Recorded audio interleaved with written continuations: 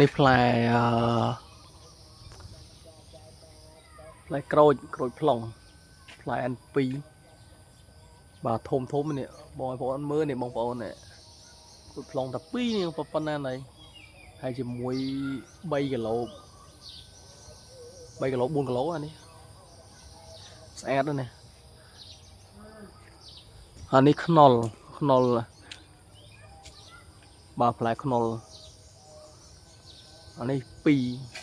3អានោះ2ទៀត5ប៉ុណ្ណាណៃបងមើលស្អាតទេណាផ្លែខ្នុរឥឡូវយើងមើលមកកាក់ម្ដងនេះមកកាក់វិញផ្លែពេញដើមបាទមកកាក់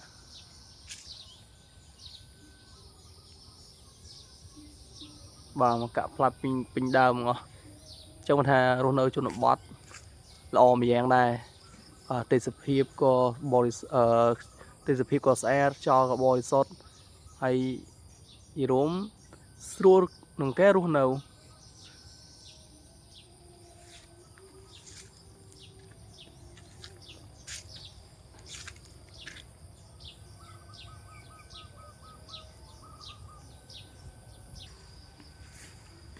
នេះផ្លែក្រូចឆ្មានេះផ្លែក្រូចឆ្មាប៉ុណ្ណាណៃក្រូចឆ្មា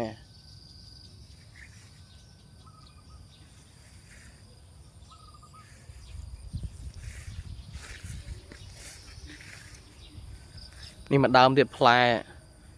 ក្រូចឆ្មាច្រើនណាផ្លែធំណា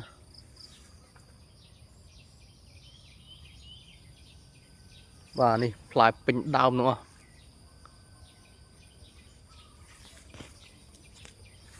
នេះប៉ុណ្ណាណៃនេះផ្លែ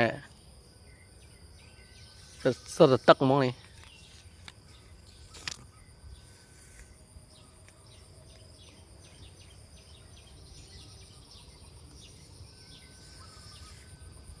នៅខាងក្រោមផ្លែច្រើនណាបងប្អូន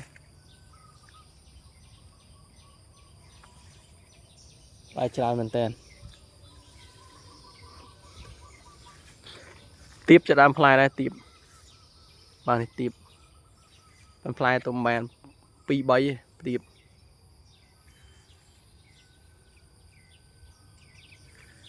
នេះកទឹមអត់សូវល្អកទឹមផ្លែបាន1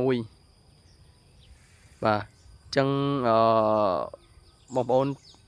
ចាំជួបគ្នានៅវីដេអូក្រោយទៀតចាំខ្ញុំចែកម្លែកអំពីទេសភាពនៅជនបទស្រុកស្រែរបស់យើងឲ្យបងប្អូនបានទស្សនា